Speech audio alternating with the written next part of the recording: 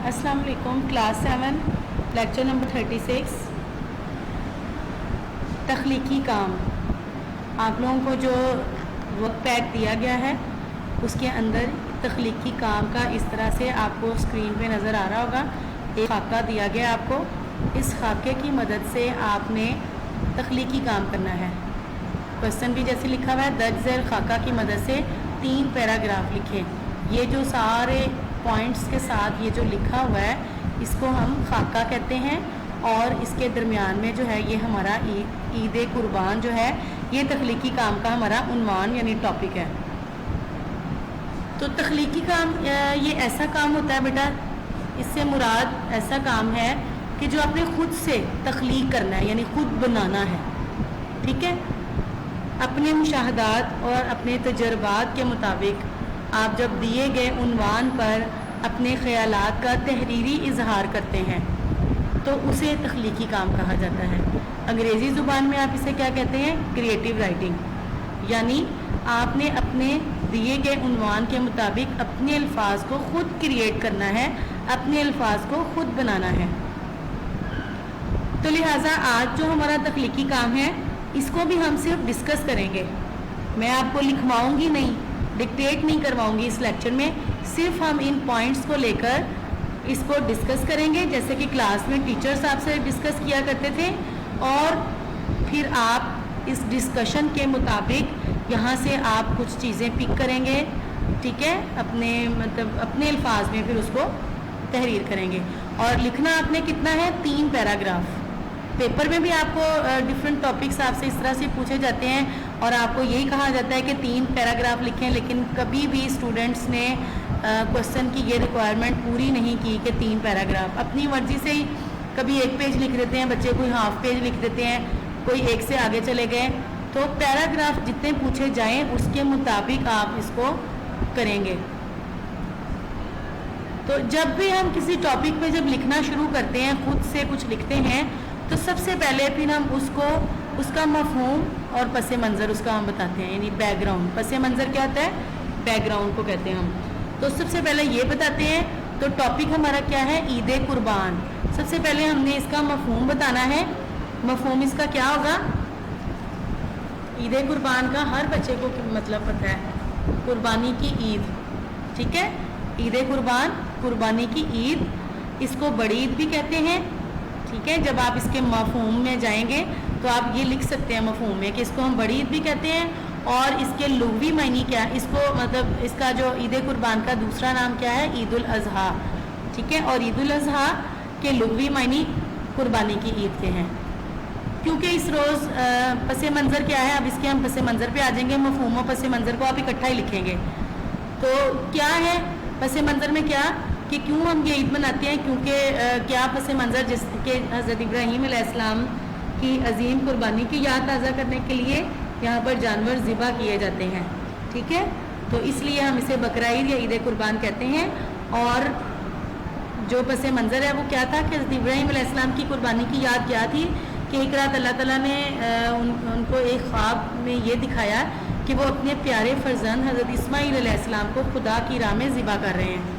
ठीक है, ये मैं वाक़या आपको सुना रही हूँ, आपने खुद से फिर इसको अपनी वर्डिंग में लिखना है।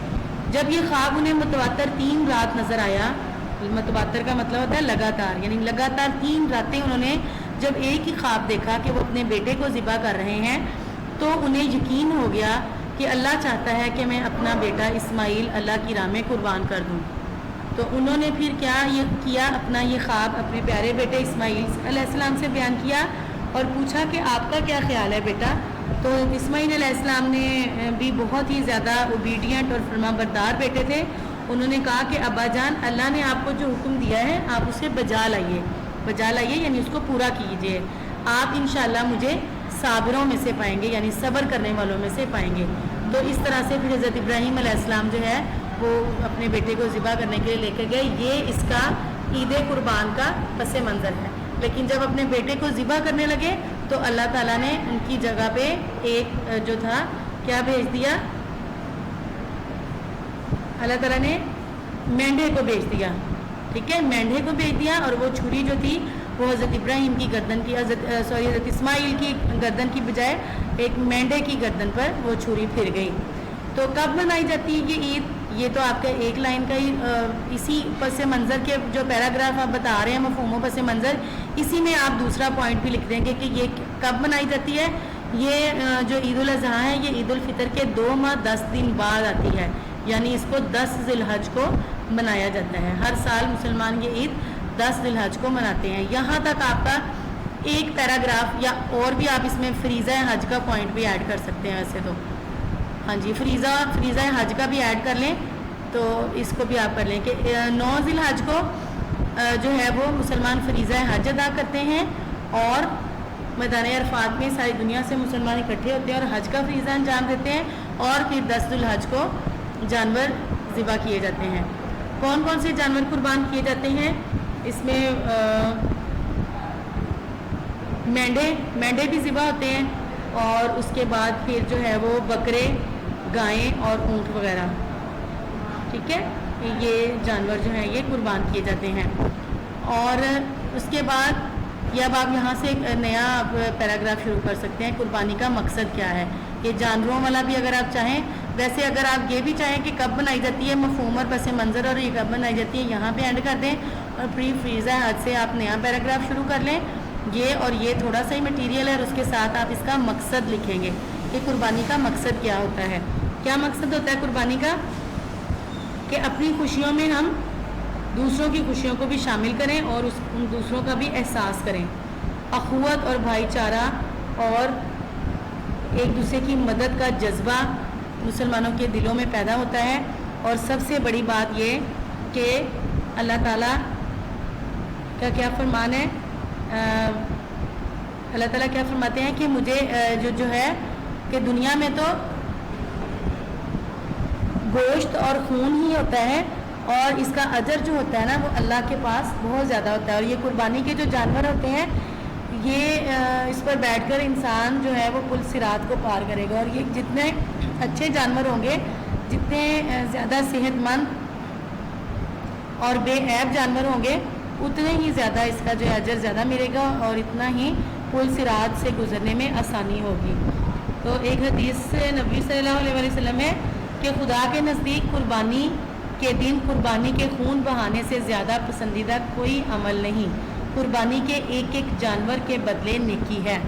یعنی مقصد اس کا غریبوں کا خیال کرنا بھی، غریبوں کو اپنی خوشیوں میں شامل کرنا بھی ہے، اور اس کے ساتھ ساتھ جو ہے وہ اپنے لیے آخرت میں آسانی پیدا کرنا، اپنے لیے نیکیاں کمانا بھی اس کا مقصد ہے.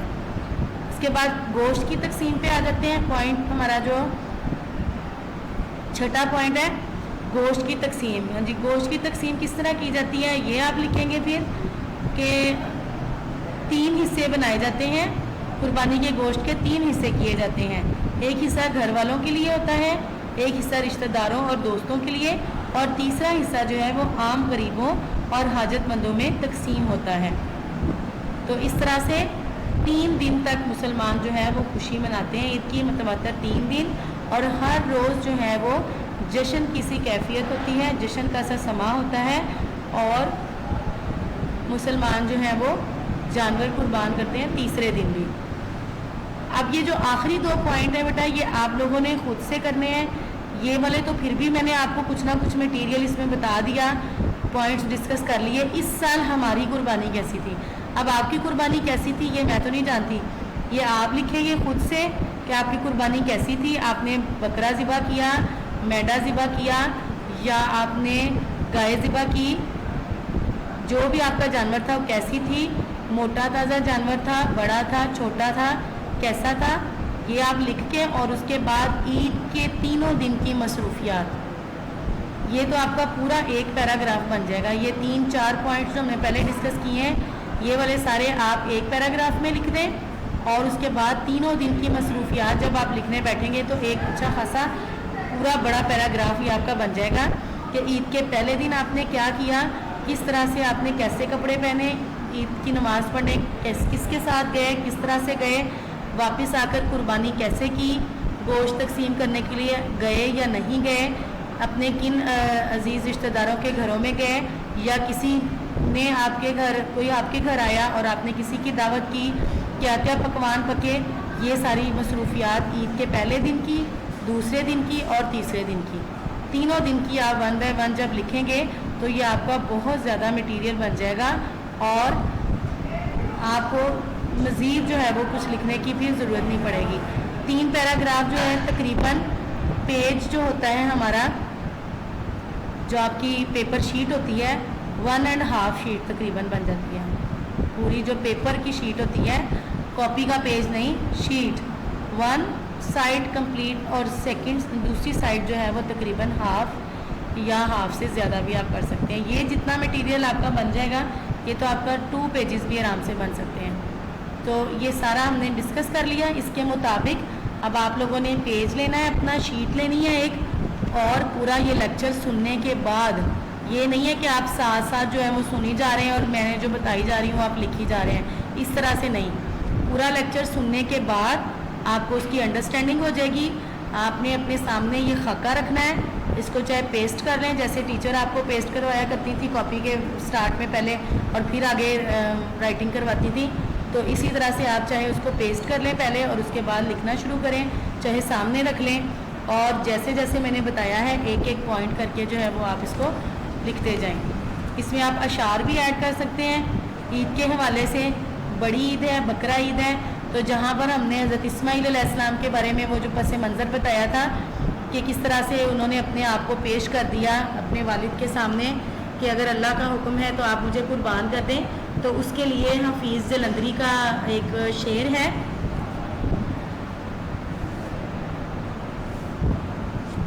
नहीं सॉरी हफीज़ जलंधरी का शेर यहाँ रहने दें आप, ये शेर एक और है। ये फैज़ान नज़र था या कि मकतब की करामत थी, ये फैज़ान नज़र था या कि मकतब की करामत थी, सिखाए किसने इस्माईल को आदाब फ़र्जंदी। जहाँ आपने ये लिखना है ना कि उन्होंने बहुत बखुशी अपने आप को सामने पेश कर दिया अपने वालिद के सामने कि आप मुझे कुर्बान कर दे, वहाँ पर आप ये शेर लिखेंगे। ये फैज़ान नज़र था या कि मकतब की करामत थी, सिखाए किसने इस्माईल को आदाब फ़र्जंदी। और आप यहाँ पे जहाँ पे कुर्बानी का मकसद आप लिख रहे हैं कि कुर्बानी का मकसद ये होता है कि गरीब भी हमारी खुशियों में शरीक हों और गरीबों की मदद का जज्बा जो है वो हमेशा हमारे दिलों में रहे, और उमरा जो है वो गुरबा का ख्याल रखें। इस तरह की बातें जब आप लिखेंगे तो आप फिर ये लिख सकते हैं, जब ईद पे हर शख्स को मिल सकती हैं खुशियाँ, जब ईद पर हर शख्स को मिल सकती हैं खुशियाँ, फिर बाद में वो इनाम क्यों हो नहीं सकता। जब ईद पे हर शख्स को मिल सकती हैं खुशियाँ, फिर बाद में इनाम वो क्यों हो नहीं सकता। ठीक है, इस तरह से आप 1-2 अशार भी और जो मैंने आपको एक हदीस भी बताई है वो भी ऐड कर सकते हैं। तो ये आपका आज लेक्चर नंबर 36 जो था, इसमें आपका लर्निंग की कोई चीज़ नहीं है, जस्ट आपने लेक्चर को सुनना है और अपनी क्रिएटिव राइटिंग जो है इसको करना है, यानी रिटर्न वर्क है आज आपका। लर्निंग के लिए कोई डायरी नहीं आपकी। लेक्चर नंबर 36 डायरी क्या है, do homework, do work of creative writing, topic Eid कुर्बान।